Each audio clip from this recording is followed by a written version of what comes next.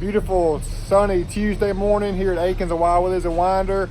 First off on my plate today, got a Raptor, getting a Raptor rigid LED fog kit. It's gonna really fill up that nice big open space right there with a lot of LED lighting. Bed extender. Johnny's installing a fog kit on the Raptor today. Just great with all electronics. Been doing it for a long time. How long you been doing this, Johnny? How long you been doing accessories and wiring and electrical? 30 years. 30 years. Now Johnny's got them mounted up with the included mounting bracket, enables the rigid lights to be vertical in the correct way. Sometimes the brackets come and they're flipped. This does it the right way. Got our wiring here. We're going to do DOT light on aux switch 1, spot on 2, flood on 3.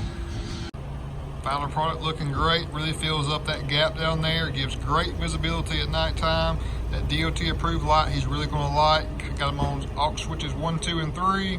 Great customers from Oconee County. Phenomenal vehicle, great people. Wild Willies at Aikens.